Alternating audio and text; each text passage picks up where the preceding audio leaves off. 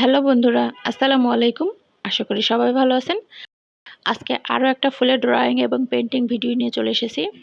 তো এই ফুলটা কিন্তু একেবারেই নতুন, আমার কাছেও নতুন। এই ফুলটাকে ডেজার্ট রোজ বলা হয়। তো এই ফুলটা কি আপনারা আগে থেকে চিনতেন? কে কে চিনতেন সেটা কিন্তু কমেন্ট বক্সে জানাবেন। তো ফুলটা আমি কিভাবে ড্রয়িং করেছি সেটা এখানে করে দেখাচ্ছি। একটু খেয়াল করবেন, খুবই সিম্পল। তো এরকম কিন্তু বড় করে শাড়িতে যদি এই ফুলটা করেন তাহলে কিন্তু আসলেই সুন্দর লাগবে। কিছু পাতা গাছ আকারেও দিতে পারেন বা শুধু পাতা এবং ফুলটা দিয়েও কিন্তু খুব সুন্দরভাবে পেইন্টিং করতে পারেন শাড়িতে। আমি আজকের পেইন্টিংটা যেভাবে করেছি সেভাবে আমি এখানে ড্রয়িং করে দেখাচ্ছি আপনাদের বোঝার সুবিধার্থে।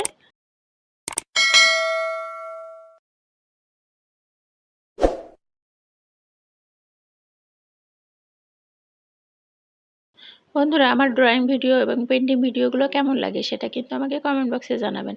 আমি কিন্তু সবসময় চেষ্টা করি ড্রয়িংয়ের মাধ্যমে সহজভাবে বুঝিয়ে দেওয়ার জন্য।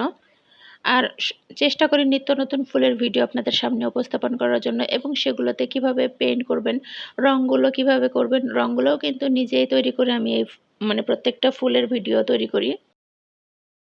আপনার যদি হ্যান্ড পেইন্টিংয়ের শখ থাকে এবং নিজে যদি রং তৈরি করে খুব সুন্দর সুন্দর আপনি কাপড় পেইন্ট করতে পারেন, তাহলে কিন্তু নিজেই খুব সুন্দরভাবে একটা বিজনেস দাঁড় করাতে পারেন। চাইলে কিন্তু নিজের ঘরের জিনিসগুলো খুব সুন্দরভাবে সাজিয়ে নিতে পারেন।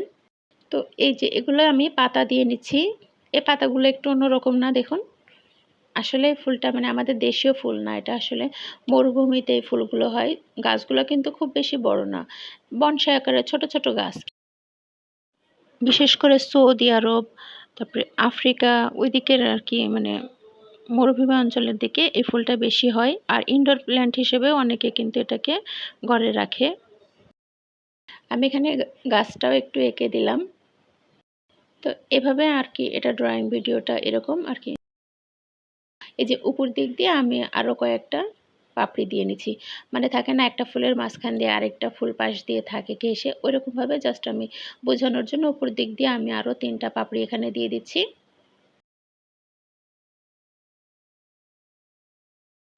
তো এই ফুলটা আজকে আপনাদের কাছে কেমন লাগলো সেটা কিন্তু কমেন্ট বক্সে জানিয়ে যাবেন।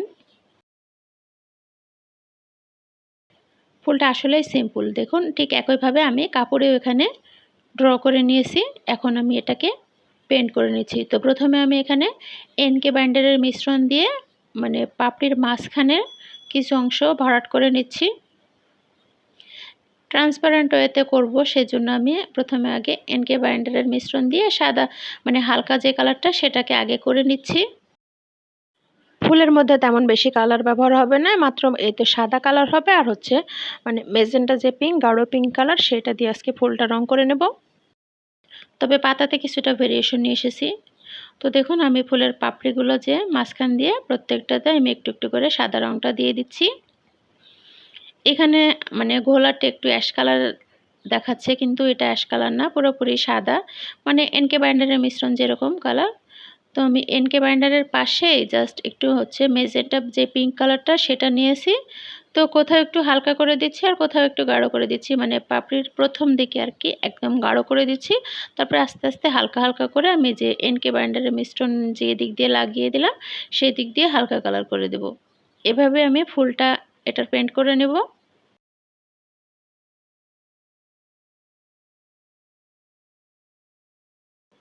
ফুলগুলো পেইন্ট করার সময় আগে আউটলাইনারগুলো ভালো মতো দিয়ে নেবেন। আর আমি আজকে মোটা তুলি ইউজ করিনি, একদমই চিকন তুলি দিয়ে কাজ করতেছি। এটা মনে হয় 2 নাম্বার তুলি, আমার নাম্বারটা এখানে লেখা নেই, মুছে গেছে আসলে। তুলিতে নাম্বারগুলো বেশি দিন থাকে না, কয়েকদিন পেইন্ট করতে করতে নাম্বারটা মুছে যায়। তো এই যে তুলির মাধ্যমে আমি হালকা হালকা করে এরকমভাবে ভেতর দিকে টান দিয়ে দিয়ে এটাকে জাস্ট হালকা কালারে নিয়ে এসেছি।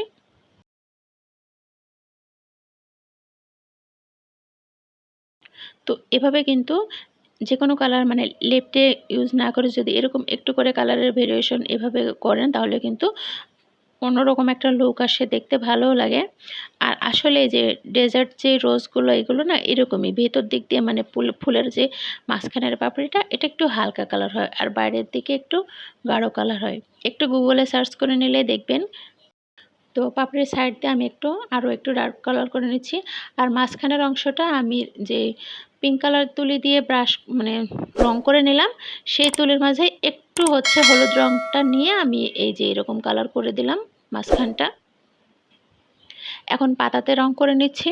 তো পাতাতে চাইলে আপনি এক কালার সরাসরি হচ্ছে সবুজ রং দিয়ে হালকা গাঢ় করে হচ্ছে পাতাগুলো একদম লেপ্টে রং করতে পারেন, বা আমার মতো এরকম একটু অন্যরকম করে করতে পারেন। এরকমভাবে লেপ্টে করতে গেলে আলাদাভাবে হচ্ছে আরও একটু হালকা হলুদ রং করে হালকা সবুজ যেটা সেটা দিয়ে পাতার শিরা উপশিরা দেবেন। তো আজকে আমি পাতাতে কোনো শিরা উপশিরা দিব না, এভাবেই একটু পাতাতে আমি ভেরিয়েশন নিয়ে এসেছি।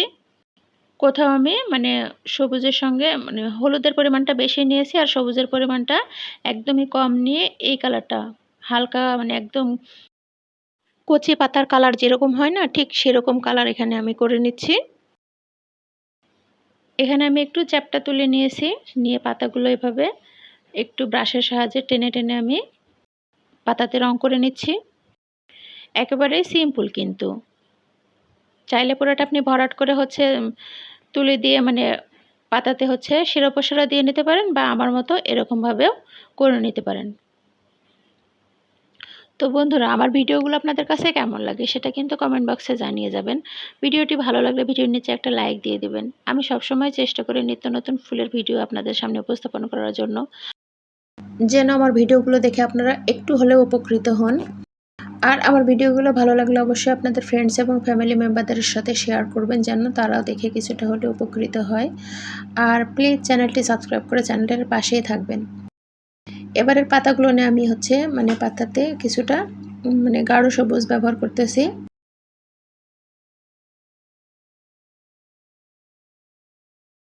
তো পাতাতে আমি আজকে আর আলাদাভাবে কোনো হচ্ছে শিরা উপশিরা দিব না, এই জন্য আমি পাতাটাকে একটু এরকমভাবে করেছি।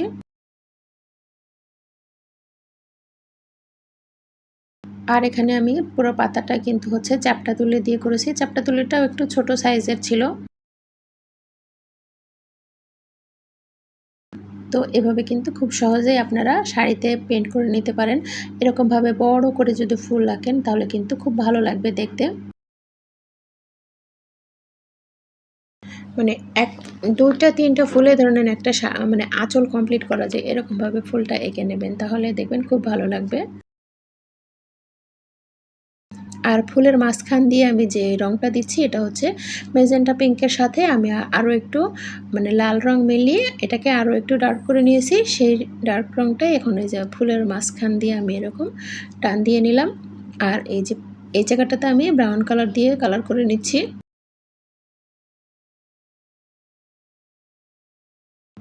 প্রত্যেকটা জায়গাতেই না একটু একটু করে অন্যরকম কালারের ভেরিয়েশন নিয়ে এসেছি, যেন হচ্ছে প্রত্যেকটা পাতাগুলোই আলাদা আলাদাভাবে বোঝা যায়।